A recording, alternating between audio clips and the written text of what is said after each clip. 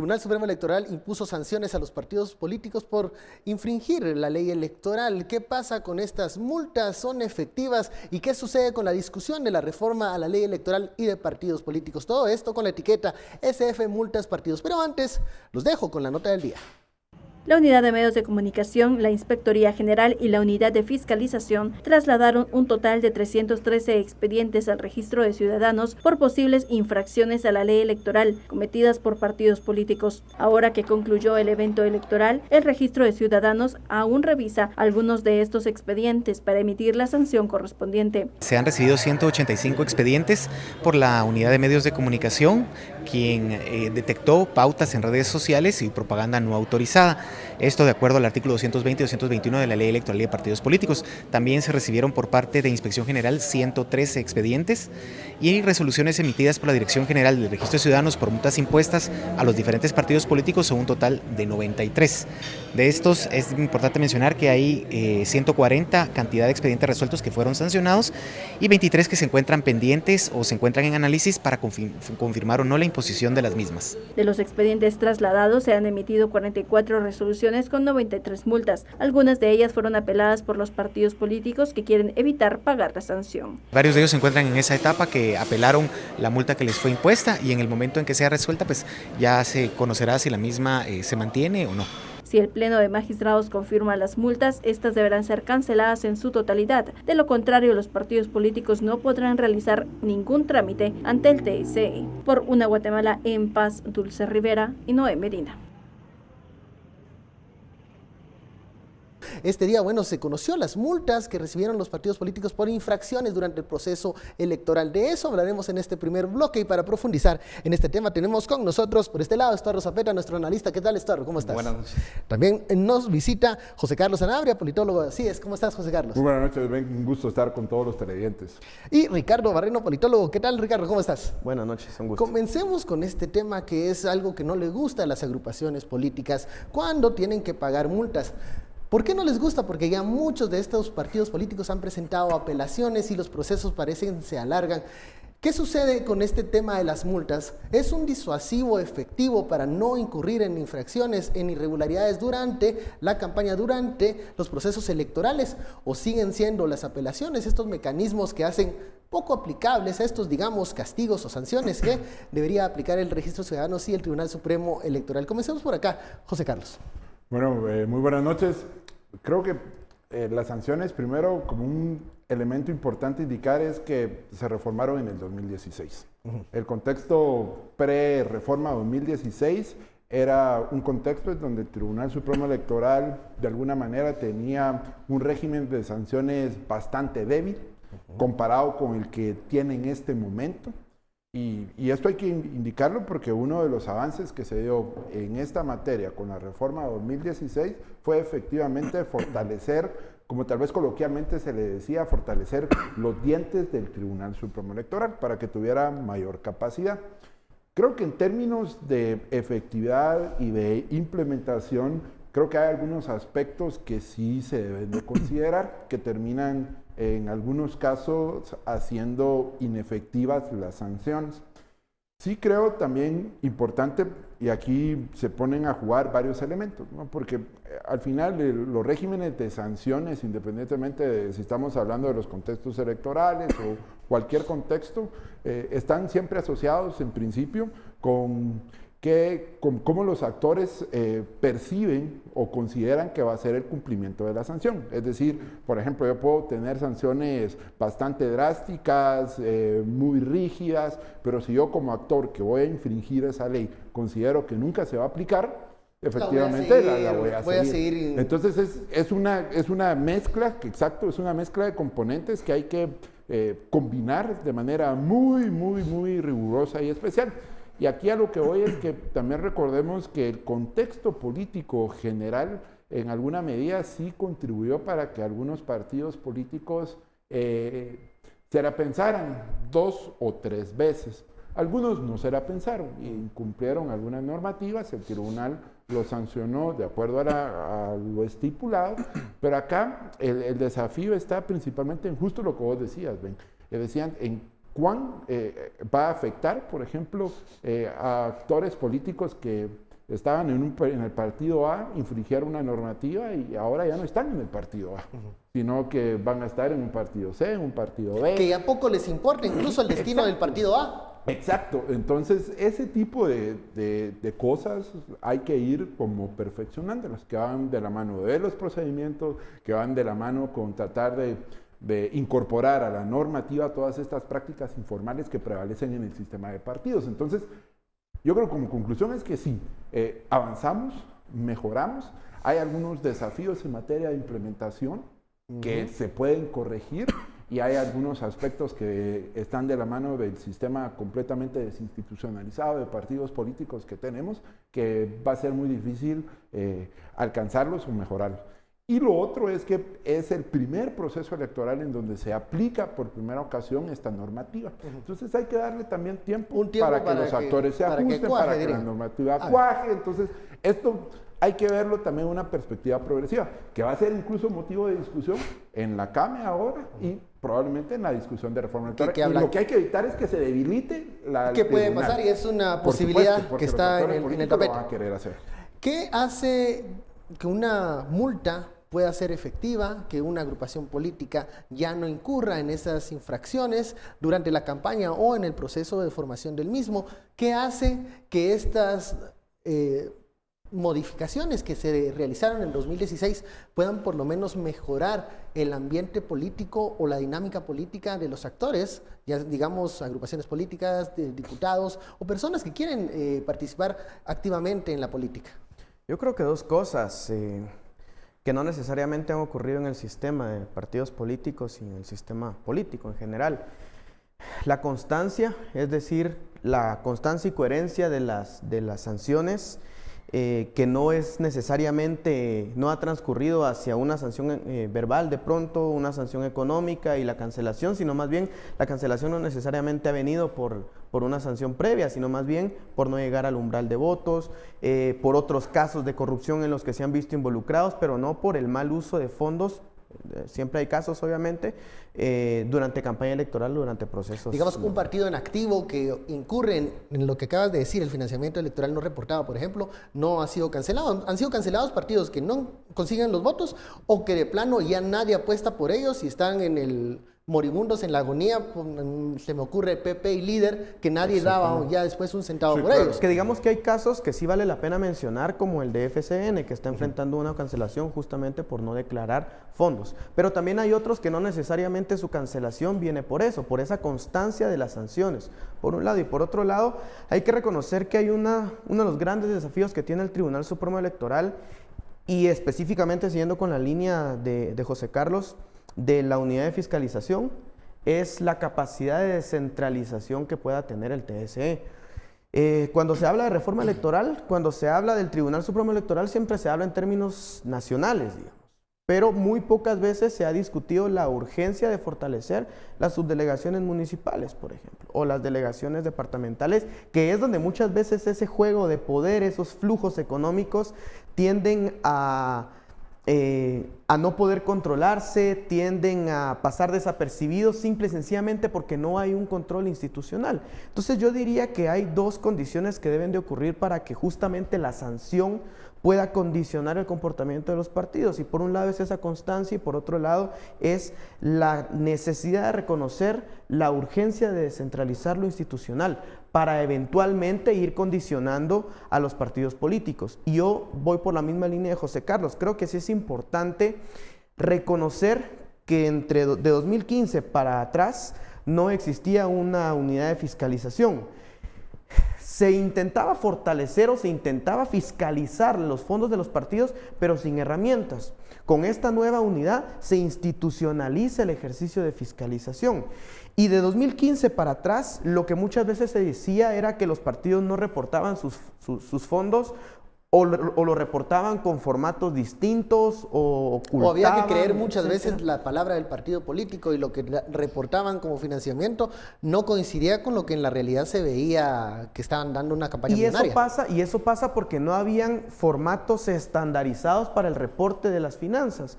¿Cuál fue una de las grandes bondades de la unidad de fiscalización de las finanzas de los partidos políticos del TSE? Es que justamente estandariza a través de formatos o anexos qué es lo que tenían que reportar. Si era gasto de campaña, pues había un anexo específico. Si era gasto no electoral, era un anexo específico.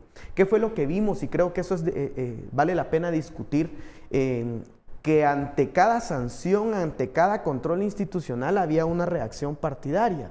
Y entonces ya no hablábamos, por ejemplo, de control de la campaña anticipada o de usar redes sociales, o de no usar redes, no pautar en redes sociales, o de no excederse de lo establecido de vallas, sino más bien hablábamos de mantas, por ejemplo, o de llamado a la afiliación, o de abuso desmedido de redes sociales, cualquier otra estrategia que era parte de la reacción de los partidos políticos, justamente porque debemos de reconocer que hoy por hoy la norma en cuanto al control, incluso las multas de los partidos políticos, no está generando un comportamiento hacia el apego de la norma, de la ley, hacia el compromiso, digamos, de los partidos con preferir las ideas por encima de las discusiones, por ejemplo. Entonces, eso lo que nos dice, y con esto cierro la idea, es que el financiamiento de pronto es necesario y es importante, pero no es la única condición para generar esa recomposición desde adentro de los partidos políticos.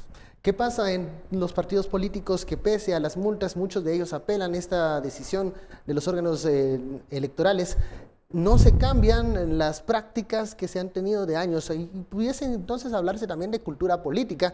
Pareciera que los partidos políticos ya tienen una forma de hacer las cosas y si los multan, solo apelan y esperan que no se aplique esta sanción. Pastor. Mira, la normativa creo que sí tiene que cambiar y aunque hubo cambio, nosotros podemos no alcanzó. Pero aquí es donde encontramos nosotros una paradoja y una contradicción de toda la vida. Y hacemos leyes fuertes, así, y llega un punto en el que entonces la mara, los partidos políticos, buscan cómo brincarse la normativa. Y si hacen leyes débiles, ahí están brinca y brinca con los narcos y con toda la gente, ¿verdad? A propósito de narcos, interesante la reunión de Zacapa, ¿verdad? Sí. Muy interesante la reunión de Alejandro Yamatei en Zacapa. Y ahí va a salir la información en las departamentales, ¿verdad? Pero, vamos a ver, ¿cuáles tienen que ser las características de la norma? Y a mí me parece muy interesante la regionalización de la fiscalización, porque como ha sido centralizado es más difícil o imposible hacerlo, y quiero regresar a ese punto. Pero ¿cuáles son una norma tiene que ser neutra, general, aplicable, impersonal, conocida, y sobre todo tiene que aplicarse con celeridad? Fíjate que los partidos están brinca ahí y saben que aunque venga castigo les va a venir. Y antes daba risa porque tenían $125 de multa. Uh-huh.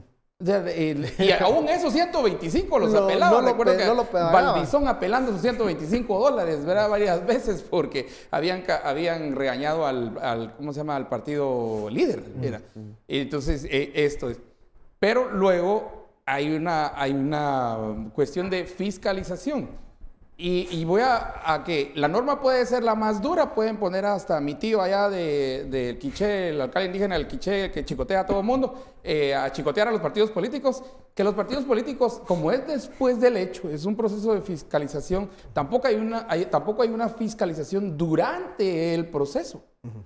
Y yo regreso a lo que ayer señalábamos aquí en nuestro debate de precisamente de FCN y Nación, y la reacción de FCN de esta semana. Sí. Que es el tema de partidos políticos, pero vienen 10 más también, que hay un proceso, digamos aquí en contra de FCN, y va a empezar y yo creo que el incentivo más grande al final va a ser no solamente tener cierto poder como bancada, sino también el dinero que se les va a dar por la deuda política, o el que podrían tener por la deuda política, porque tienen votos y aunque sea algunos dólares pueden tener ahí. La deuda política está considerada en dólares, ¿verdad? Y entonces ellos pueden tener algo. Pero fíjate que cambió la ley, cambió la norma y ahorita van a salir nuevos cambios a la ley en esta mesa de cambios a la que acaban de convocar. ¿Tenemos la capacidad para fiscalizar? O sea, es solo de hacer normas fuertes así, el gran pitbull está ahí con la norma, pero tenemos la capacidad, porque a la norma tenés que ponerle un proceso de fiscalización, o sea, es una reglamentación, y la reglamentación, ¿quién va a estar encargado de la reglamentación?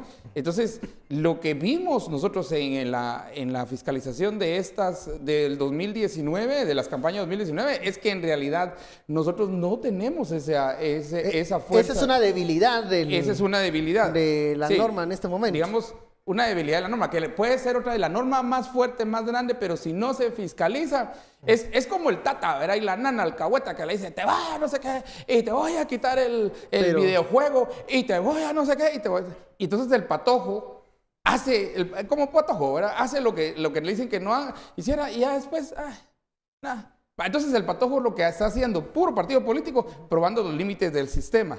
Yo creo que en la primera regresada que se le dé a cualquier partido político en los límites del sistema, pero que haya auditoría, que haya todo eso, si no estuviese el mismo FCN Nación, por ejemplo, pidiendo que le revisen su caso. Pero sí tenemos un problema ahí de fiscalización, y la fiscalización es centralizada, y además ¿es esta la ley que necesitamos? Bueno, de eso y de la ley vamos a hablar, porque la CAME nos da una oportunidad para replantear y mejorar algunos aspectos de la norma.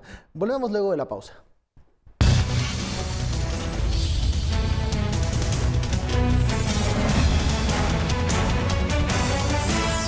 Continuamos en SF, la etiqueta de la noche SF, multas partidos. Estamos hablando de multas que se están aplicando a partidos políticos. Las agrupaciones han dicho que van a apelar en algunos casos, pero también hace algunos días el Tribunal Supremo Electoral pues convocó a la llamada mesa de actualización. ¿Qué es esto? Una revisión de la aplicación de las modificaciones que en 2016 se aplicaron a la ley electoral de partidos políticos.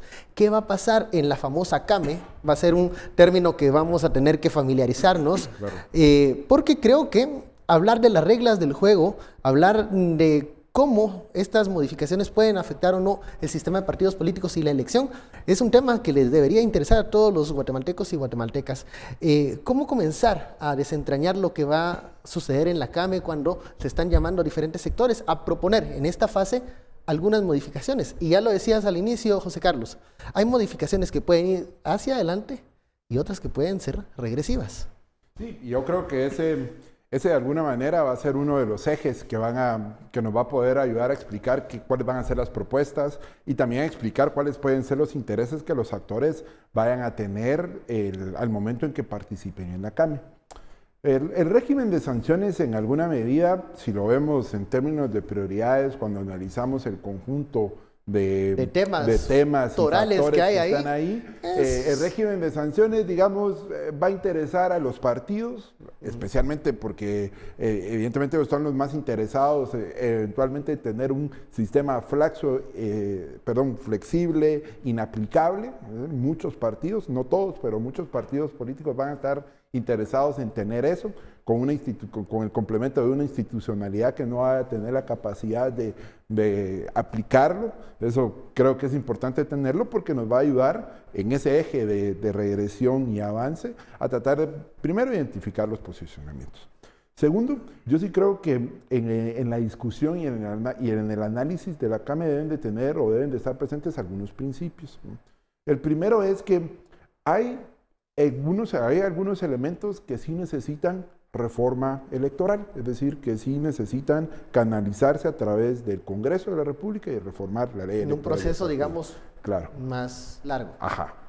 Pero hay otros que, como muy bien decía Eduardo, y Ricardo, están más vinculados a materias, llamémosle, internas al tribunal, que están relacionados con modificar, por ejemplo, algunos reglamentos, con modernizar los procesos de gestión, con, por ejemplo, fortalecer territorialmente y descentralizar las funciones del tribunal. Y creo que ese va a ser el aspecto que en alguna medida debe de marcar y va a prevalecer muchísimo en la discusión de reforma electoral. Necesitamos una profunda reforma, reestructura, reingeniería y modernización del Tribunal Supremo Electoral, que incluso pasa por temas de descentralización. ¿Por qué? Porque lo que tenemos es, el Tribunal Supremo es una institucionalidad bastante débil en este momento, que no importa si podemos diseñar los mejores modelos y las mejores normativas, que luego no van a poder ser aplicables porque hay una debilidad estructural al tener un órgano que no tiene la suficiente, en algunos casos, recursos, la suficiente, es decir, hay que fortalecer la institucionalidad. Entonces, aquí lo que voy es, porque tenemos que tener mucho cuidado. Primero, evitar por completo una agenda regresiva que nos ponga en una situación pre-2015. Que puede venir de los partidos políticos existentes, que son los que han visto. Por supuesto, porque es la naturaleza, pues son actores que no van a querer... Que quieren beneficiar si quieren tener una ley, digamos, más flexible. Y se entiende perfectamente, ¿no? Entonces, sepamos por dónde van a venir esas propuestas. Ajá. El otro aspecto es indicar que esto hay que verlo como un proceso progresivo y un proceso que debe de continuar y de perfeccionarse. Entonces, en ese sentido, la visión de los actores que participen deberían decir, bueno, miren señores, esto fue lo que se aprobó en 2016, esto fue lo que logramos implementar, esto fue lo que no logramos implementar y no nos salió bien, identificar cuáles fueron los aspectos que dificultaron o impidieron que se implementara de esta manera y establecer una agenda ya sea de reforma electoral o de reforma interna en el Tribunal Supremo Electoral para superar eso.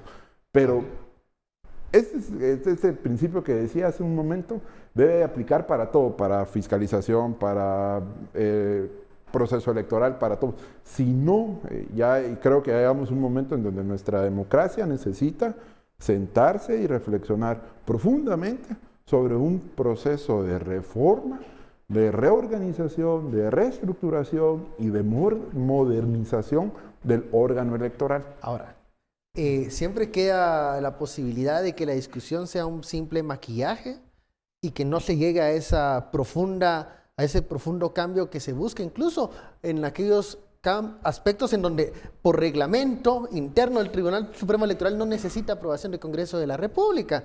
Esa es una opción. Hay que considerar que la discusión de la CAME, es decir, la CAME es una comisión que convoca el tribunal, que está integrada por actores políticos, actores sociales, especializados, y no hay que confundir porque la CAME no es el espacio en donde se va a decidir la reforma electoral. La reforma electoral se va a decidir si se abre el espacio el próximo año en el Congreso de la República, en la Comisión de Análisis Electoral, en donde la Comisión de Análisis Electoral puede tomar y considerar eventualmente el resultado de la CAME, que el resultado de la CAME puede ser una iniciativa de reforma o un conjunto de lineamientos y de propuestas, es decir, el resultado de la CAME pueden ser incluso consideraciones que el tribunal, que hay que poner, es un tribunal que está cerrando un mandato, un tribunal que termina en abril del próximo año, que es decir, está cerrando su periodo. Entonces, esos elementos hay que considerarlos porque eventualmente la discusión en donde sí efectivamente se va a tomar la decisión, no es en la CAME, es en el Congreso de la República. Y eso, Ricardo, pone un aspecto de, digamos, dificultad para llegar a los puntos que mencionaba José Carlos. Cuando la decisión no está en la CAME ni en tal vez aquellos sectores que sí quieran promover una reforma que toque aspectos torales del sistema político y luego se pasa al Congreso de la República donde, bueno, no sé si hay incentivos para impulsar estos cambios. A ver, yo creo que hay dos lecturas muy elementales que hay que considerar. La primera, hay justamente que reconocer y el acuerdo de nacimiento, digamos, de la CAME, que es una invitación a que lo puedan leer, es el acuerdo número 625-2019, justamente, ya que participen, correcto. Justamente de entrada menciona que cualquier normativa debe de ser dinámica y ajustarse a un contexto. Debe de ser un proceso acumulativo, dándonos a entender que con este proceso y con esta comisión no se van a solucionar todos los problemas de la democracia, porque el proceso es evolutivo, es acumulativo, entonces, pero debe de ser certero y debe de ser permanente. Y uno de los principios que también llama la atención y que es muy importante es justamente el de la participación. Durante todo el acuerdo hace una mención fundamental de la pluralidad, de la participación, de la discusión, de los consensos, y lo cual me parece que es fundamental porque ¿qué fue lo que ocurrió en 2015-2016, el famoso decreto 26-2016? Con el tema de las sanciones, con el tema de la búsqueda de un mejor sistema político, la búsqueda de mejores partidos políticos, se recordarán ustedes que dentro de la lista de requisitos, luego se tuvo que, el mismo Tribunal Supremo Electoral tuvo que emitir una resolución en donde esa lista era imposible de cumplir. Entonces, no tenía viabilidad política esa propuesta, o al menos parte de los artículos. Y yo creo que ahora se reconoce justamente esa lección aprendida y se atiende a partir de la diversidad que puedan ocurrir en la CAMI, lo cual me va a parecer muy interesante que participen los partidos políticos.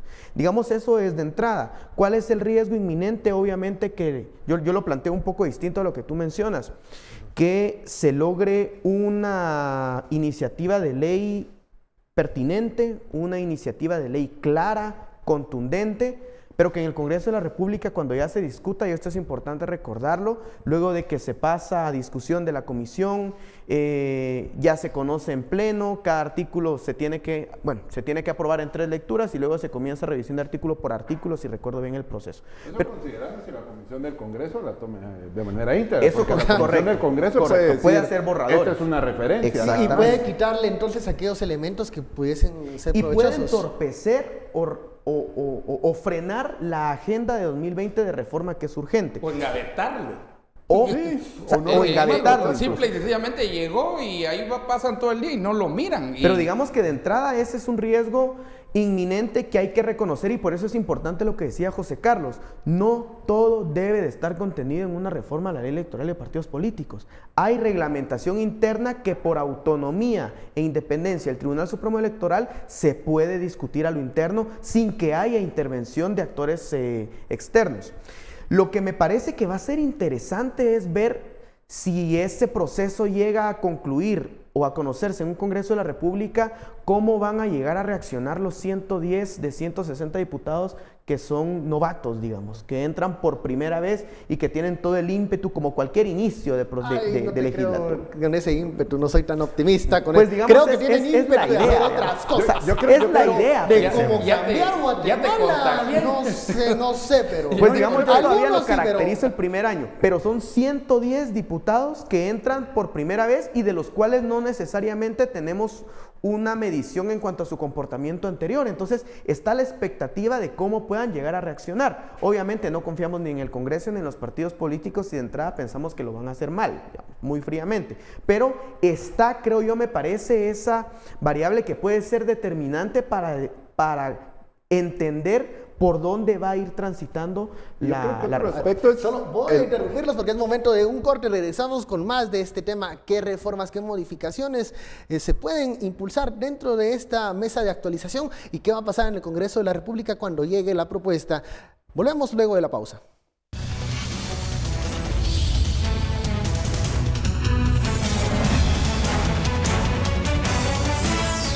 Estamos en Sin Filtro con la etiqueta SF Multas Partidos, pero estamos hablando también de esta oportunidad de presentar modificaciones a la ley electoral de partidos políticos, pero también para perfeccionar aquello que se implementó durante la campaña electoral de 2019. Hemos escuchado argumentos en donde se busca la participación, el ir hacia adelante, el mejorar algunas cosas que en la implementación quedaron a deber.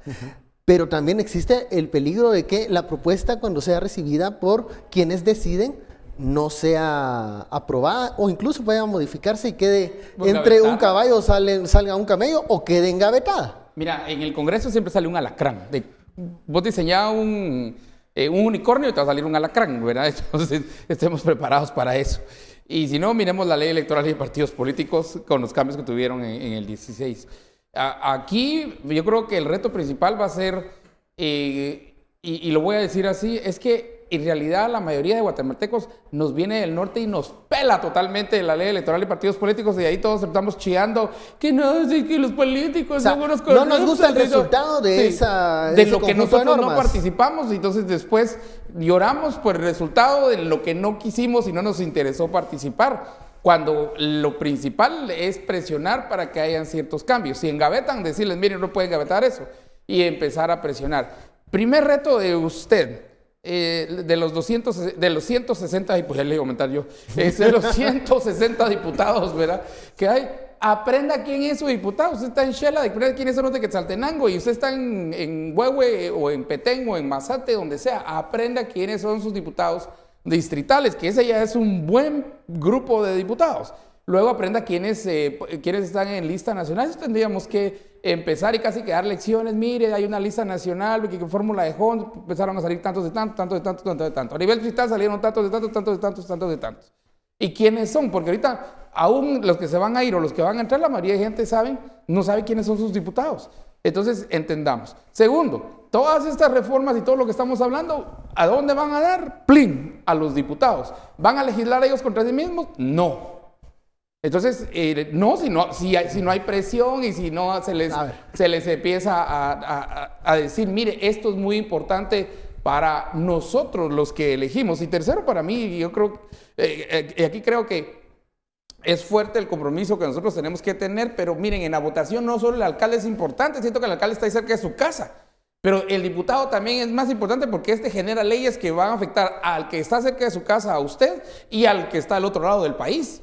Entonces, eso es lo que nosotros tenemos que ponerle, y yo creo que no hemos dado la importancia a la elección del Congreso, que en cierto momento, en realidad, para fines de legislación, por eso se llama el organismo legislativo, pero 100,000 veces más importante de quién es presidente o quién no es presidente, ¿verdad? Y vienen los cambios y todo eso. Entonces, miren, si no estamos encima y no estamos usted y todos nosotros, ojo al Cristo, yo más hasta creo que lo podrían engavetar. O sea que mucho trabajo se puede hacer ahorita en las mesas y todo esto que llamaron. Mucha participación, pero esa participación, aunque salga muy bien codificada y muy bien empaquetada hacia el Congreso de la República, el Congreso tiene los diputados van a tener toda la prerrogativa. Y yo con los nuevos, yo comparto tu pesimismo que les va a tomar un año aprender.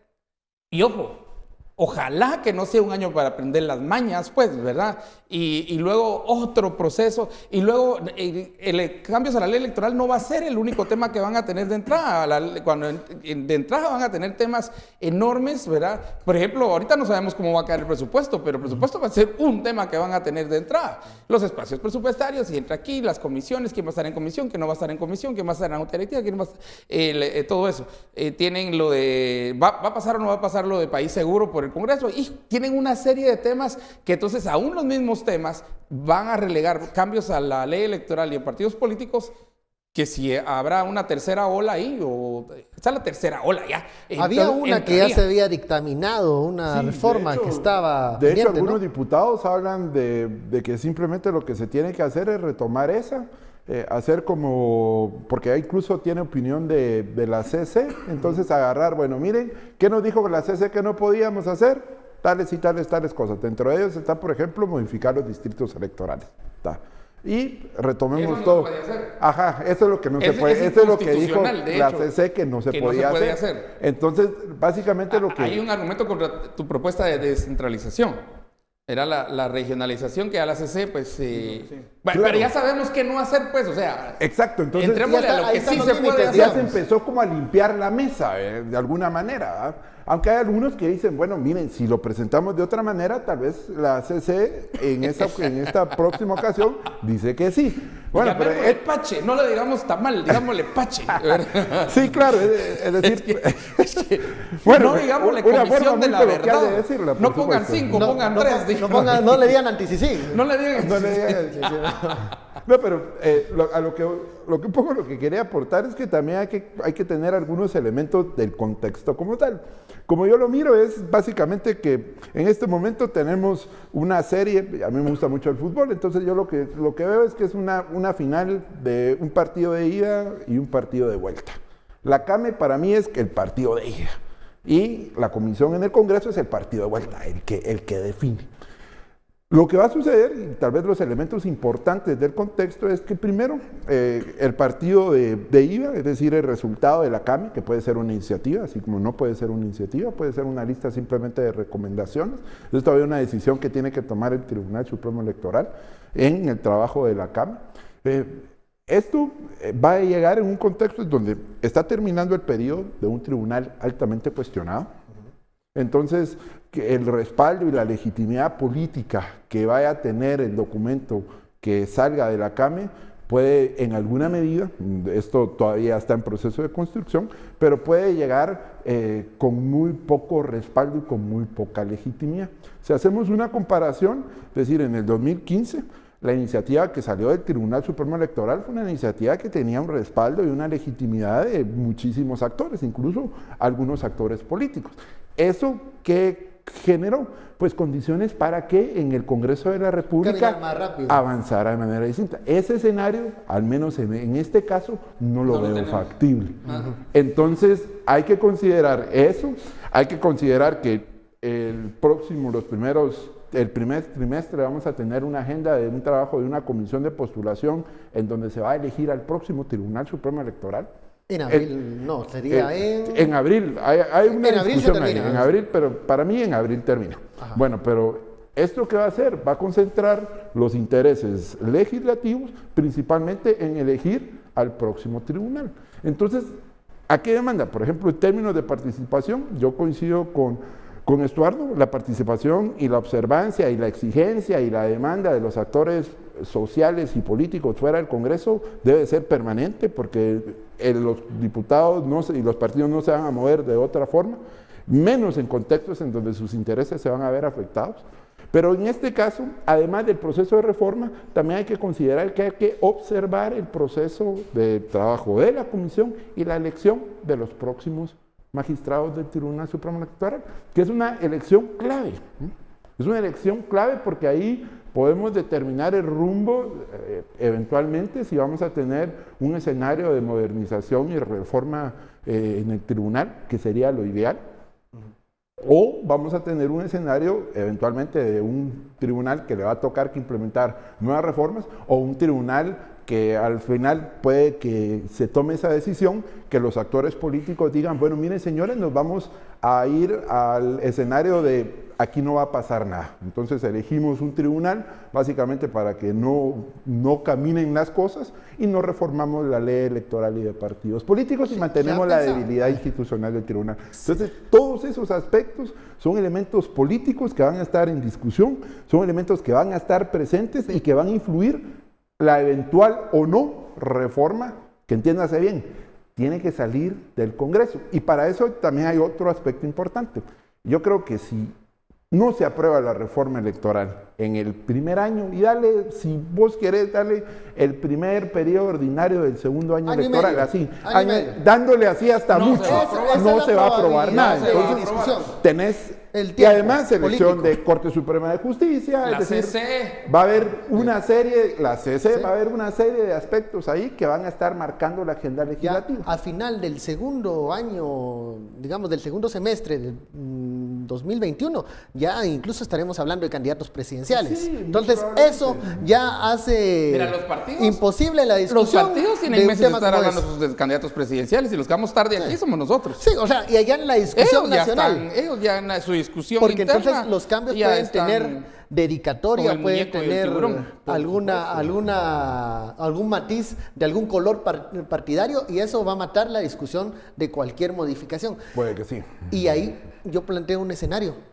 Puede existir el escenario de mejor no cambiar nada porque las condiciones son adversas. Por supuesto. Ahora, ¿y eso cómo se desarrolla? ¿Cómo se va a desarrollar un próximo evento electoral? Con estas reformas nuevamente aplicadas al próximo evento electoral con las deficiencias que ya vimos en el terreno. Para mí ahí la agenda debe ser fortalecer al Tribunal Supremo Electoral. Con magistrados nuevos. Con magistrados nuevos. Creo que este es momento de ir a una pausa. Vamos a la pausa, regresamos con más de este tema.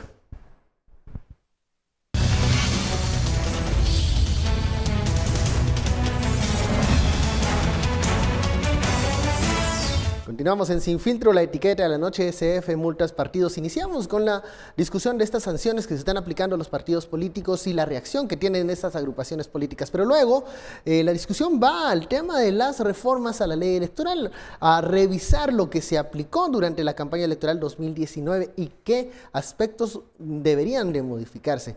El escenario del Congreso de la República el próximo año va a ser fundamental para ver si estos cambios pueden prosperar o no. Pero cuando vemos la discusión de la CAME, donde vemos todo tipo de temas, donde creo que en este momento la mesa está abierta para discutir varios tópicos y aspectos, tenemos que comenzar a desentrañar lo importante de lo urgente y por dónde debemos de comenzar a discutir lo que se debe perfeccionar o lo que se debe mejorar de lo aplicado en el pasado evento electoral. Ricardo. Trae dos cosas. La primera, la fiscalización, sin duda tiene que ser prioridad, y una fiscalización en donde se fortalezcan las herramientas ya institucionalizadas. Sistema de cuentas claras, por ejemplo. Me parece que esa es una herramienta que debe de mantenerse y fortalecerse en cuanto a la obligación que deberían tener ahora los partidos políticos para utilizar el sistema y a través de ese mecanismo declarar sus gastos.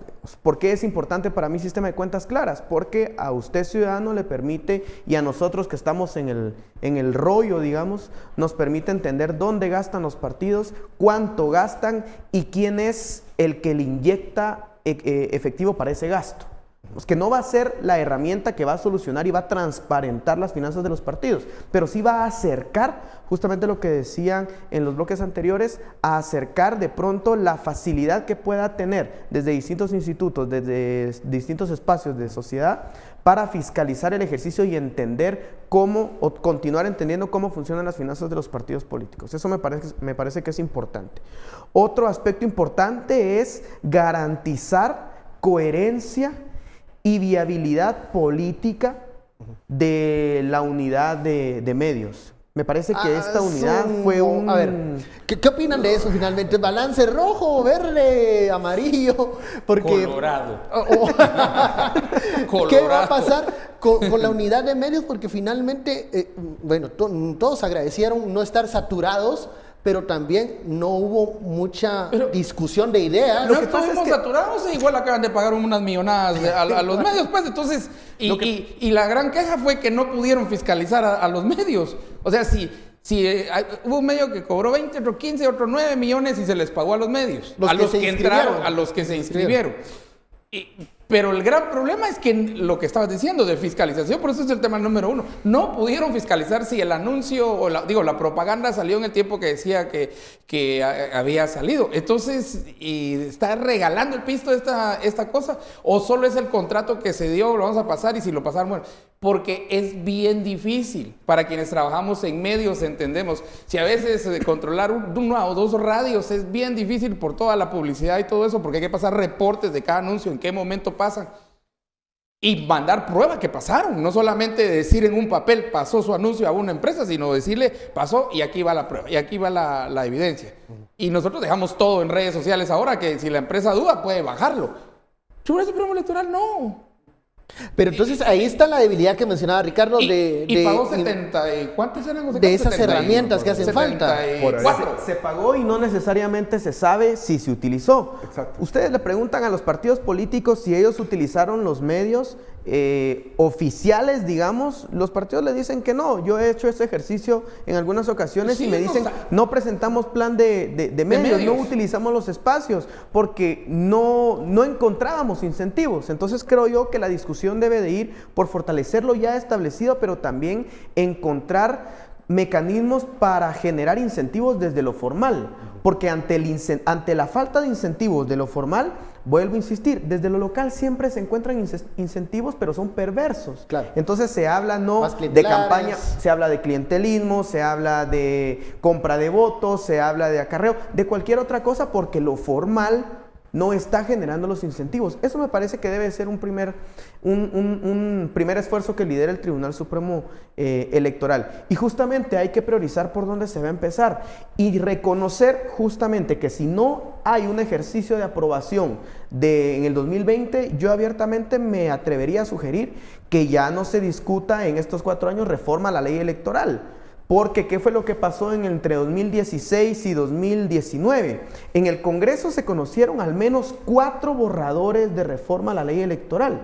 Y el ejercicio se divide en dos. Una cosa es la reforma y otra cosa es la socialización y divulgación en dos vías. La implementación. La implementación hacia los partidos políticos, hacia la ciudadanía, hacia el mismo Tribunal Supremo Electoral. Entonces, hay un tiempo prudente para la reforma, pero también hay un tiempo prudente para ese ejercicio de conocer cómo se va a implementar, para darle la capacidad a los partidos políticos de que puedan, a marchas forzadas sin duda alguna, pero generar los mecanismos para respetar la normativa. Entonces, si no se hace en 2020, mi recomendación francamente sería que mejor... Déjenla ahí. Sí, que se busquen mecanismos, más bien cómo fortalecerlo ya institucionalizado y que no requieran reformas. Porque si no, José perdón, con Carlos esto hizo un hacemos ejercicio chismón. muy bueno precisamente con la unidad de medios en Así es. De hecho, ahí estuvimos varios periodistas y nosotros sí agarramos, porque nosotros decíamos, pongámonos en los zapatos de los partidos políticos. A mí me explicaban esa cosa y yo me estaba...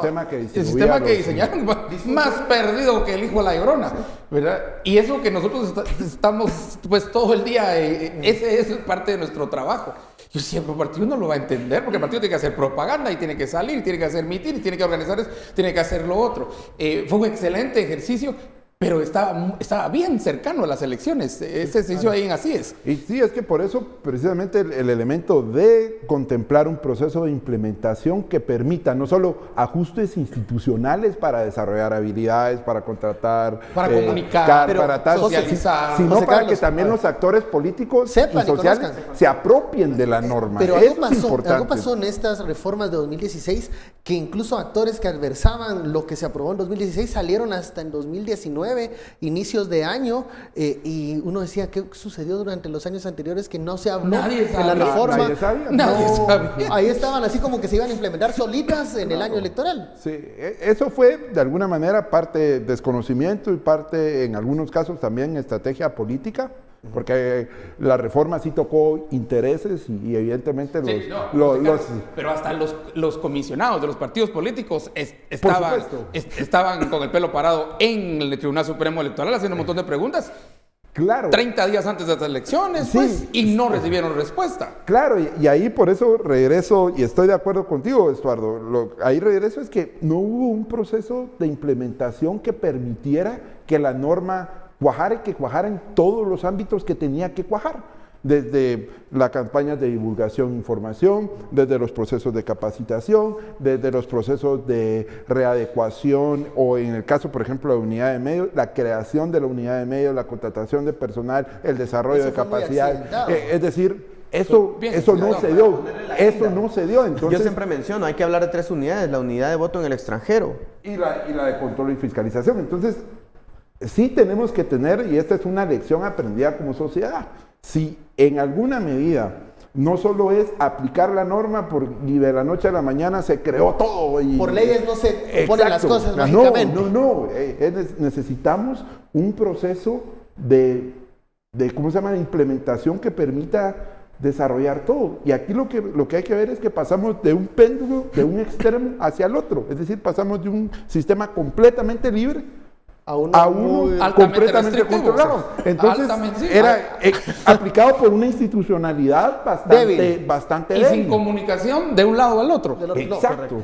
Ahí se cumple aquello de que la ley perfecta es mejor una ley buena y no una ley perfecta, ¿verdad? Ir en ese camino de ir caminando hacia la progresión y la implementación, porque, bueno, el ejemplo claro era lo que sucedió, lo que mencionaba Ricardo, que ya en la implementación algunos controles que se pedían, algunos finiquitos, documentos, no era imposible darlos, nos iba a llegar el día de las elecciones y no se iban a conseguir. Nada por redes sociales, estaban inundadas las redes sociales. Correcto. Eso incluso ni se discutió en 2016, el tema de redes sociales como un elemento en donde se está difundiendo actualmente. No, pero digo, para esta elección al final terminaron prohibiendo las redes sociales y estaban inundadas. Y aún así vimos anuncios pagados por publicidad de partidos políticos, aunque hubo prohibición, no la acataron.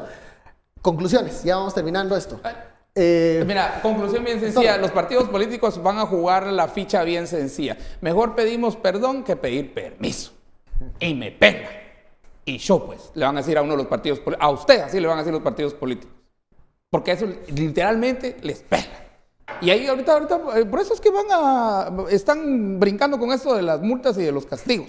Y entonces, Muy fuerte puede ser la normativa, pero si no la implementamos, es el tata que está, te voy a pegar, y nunca le hace nada al patojo, ¿verdad? Entonces el patojo lo que está haciendo es empujando los límites de su conducta, de la conducta prohibida, si van a hacerlo, así están los partidos políticos. Y tenés razón, si no se hace en el primer año, ya no es que no se haga, sino que mejor no lo haga. Pero ahí les dimos una clave política, que lo puedo hacer en el segundo o el tercer año, para que nadie sepa qué es lo que pasó, y se pueden ellos recetar cosas internas. Por eso también hay un timing, hay un buen tiempo para hacerlo. Hay un timing para discutir, para conocer. Y para aprobarlas. Para aprobarlas, sobre todo. Creo, ustedes, ¿cómo ven la discusión de la CAME? ¿Va a ser una discusión en donde todos van a querer aportar miles de elementos o ven que hay un debate maduro de tocar 2 o 3 puntos importantes? No, yo creo que va a ser un proceso de discusión bastante disperso. Es decir, si lo vemos de manera esquemática, yo creo que el reto va a ser primero en identificar problemas, y muchos actores están identificando muchísimos problemas, sino priorizar esos problemas, después definir objetivos de reforma, es decir, bueno, tengo este problema, quiero este objetivo, y después definir una solución, porque hay muchas soluciones, en algunos casos, para solucionar varios problemas. Entonces, los actores, tanto sociales y políticos, se van a encontrar en el dilema, primero, uno, de priorización, es decir, vamos a tener una agenda, de la agenda que se le llama la agenda rezagada, o nos vamos a concentrar en derribar o en fortalecer la reforma 2016, o vamos a tener una agenda que va a ir más allá de la agenda que quedó pendiente de analizar y evaluar lo implementado en el 2019, y vamos a incluir otros aspectos. Entonces, aquí, por un lado, se requiere mucha coordinación entre los actores que están participando para tratar de identificar consensos, no solo en problemas, sino también en objetivos y eventualmente en la solución que se le puede dar a esos problemas, objetivos de reforma, a eso me refiero. Y por otro lado también en tratar de articular un proyecto de reforma que en principio busque, desde mi perspectiva, varios objetivos. El primero, fortalecer al Tribunal Supremo Electoral. Necesitamos una profunda reunión. Segundo, en tener un proceso de reforma progresivo y evitar a toda costa reformas regresivas que debiliten al sistema electoral y de partidos políticos. Y tercero, muchísima madurez en la discusión política para establecer una reforma que puede ser progresiva y decir, bueno, miren señores, en este momento vamos a priorizar estos aspectos, pero vamos a dejar en un segundo proceso de reforma estos otros. Entonces, eso es una discusión política, no es nada fácil, pero se requiere, para mí, de muchísima madurez. Ojalá que el contexto político nos vaya a dar los elementos. No, y esa metodología que mencionabas, ¿verdad? Porque si todos opinan todo y todos quieren cambiar todo al mismo momento, esto no va a caminar. Por supuesto. Ricardo, ¿por dónde terminamos la conclusión de este tema? Con dos, no sé si conclusiones o recomendaciones. La primera, yo sigo insistiendo, por favor en casa lean el acuerdo. Acuerdo 625/2019, son 4 páginas en donde básicamente señala cuáles son las características de la comisión y cómo se va a ir procediendo. Recuérdese que se tiene al 15 de noviembre, creo yo, para recibir propuestas. Una semana, eso es muy importante considerarlo. Y aquí justamente apelando también a la voluntad y a la madurez política y ciudadana. Aquí una clave de la comisión va a ser la Secretaría Técnica o el apoyo técnico que establece que lo va a conformar. Porque una cosa es que tengamos una dispersidad de ideas, una dispersidad de propuestas, una variedad de lo que queremos hacer, y otra es que lo que yo estoy proponiendo se pueda aplicar, tenga viabilidad legal, tenga viabilidad política. Y por eso va a ser determinante cómo se va a conformar este equipo técnico y esta Secretaría Técnica, reconociendo algo fundamental que hemos olvidado. Reforma a la ley electoral no va a cambiarlo todo. Va a dar pasos importantes, pero no va a solucionar el problema. La democracia es un ejercicio progresivo y requiere de varios elementos para hacerla funcionar. Una de ellas es la norma, pero no es la única. Y 2, reconocer que un mínimo cambio en la norma electoral genera un efecto en el otro extremo. Por eso es que se habla de la ingeniería electoral. Y eso va a ser importante determinarlo para entender, por ejemplo, que una de las cuestiones es la progresividad en la participación, en la conformación de listados, pero que también se requiere, si hablamos de propuestas a los partidos políticos, hablar de propuestas al Tribunal Supremo Electoral, y si hablamos de propuestas al Tribunal Supremo Electoral, generar mecanismos para que puedan tener coordinación interinstitucional. En fin, o sea, hay un entramado que debe de considerarse, y esa es la invitación al Tribunal Supremo Electoral y al equipo técnico que lo tenga muy presente. Bueno, hemos terminado esta hora de análisis. Muchísimas gracias, Estuardo, Ricardo, José Carlos. A usted también, muchísimas gracias por su preferencia. Esto fue Sin Filtro. Feliz noche. Nos vemos el lunes.